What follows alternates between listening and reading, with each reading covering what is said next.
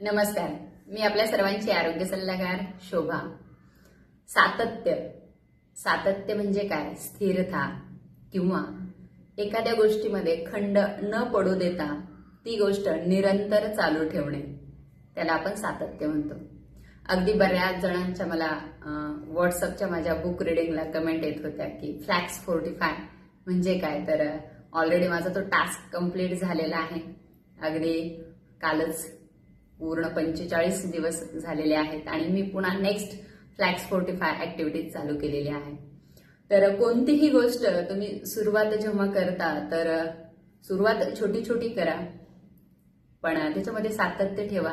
आणि जेव्हा त्या गोष्टीची आवड निर्माण होते तेव्हा नक्कीच खूप आनंद होतो. न आवडणाऱ्या गोष्टी जेव्हा आवडू लागतात, अगदीच बुक रिडिंग हा थोडक्यात न आवडता विषय होता, परंतु जो काही टास्क आम्हाला फिटनेस फॅमिलीच्या माध्यमातून मिळाला आणि त्याच्यामध्ये फोकस ठेवला आणि सातत्य ठेवलं, तर आज तो आवडीचा विषय बनलेला आहे. आणि नक्कीच खूप छान अशा गोष्टी या पुस्तकाच्या माध्यमातून आत्मसात करायला मिळाल्या, शिकायला मिळाल्या, इतरांना शेअर करायला मिळाल्या. तर सांगायचा उद्देश एवढाच आहे.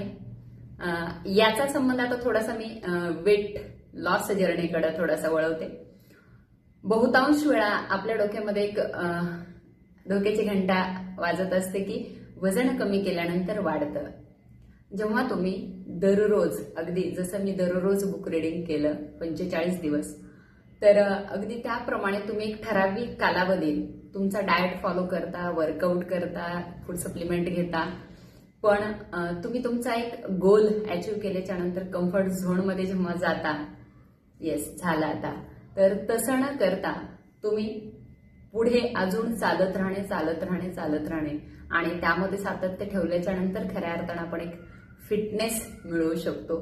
तर कोणतीही गोष्ट ठराविक कालावधीसाठी न करता ती आपली जीवनशैली कशी होईल यावरती जर फोकस केलं तर नक्कीच आपल्याला हव्या त्या गोष्टी घडू शकतात. एवढंच मला सांगायचं आहे. मला टास्क मिळाला होता 45 दिवसाचा, मी तो पूर्ण केला, परंतु मला ही सवय आयुष्यभर फॉलो करण्याचा मी प्रामाणिक प्रयत्न करणार. हा, कधी इकडे तिकडे होईल, कधी होईल, नाही होईल, परंतु प्रयत्न असेल सातत्य ठेवण्याचा. तर मी पुन्हा नेक्स्ट फ्लॅक्स 45 हा टास्क स्वतःहून एक्सेप्ट केला आहे.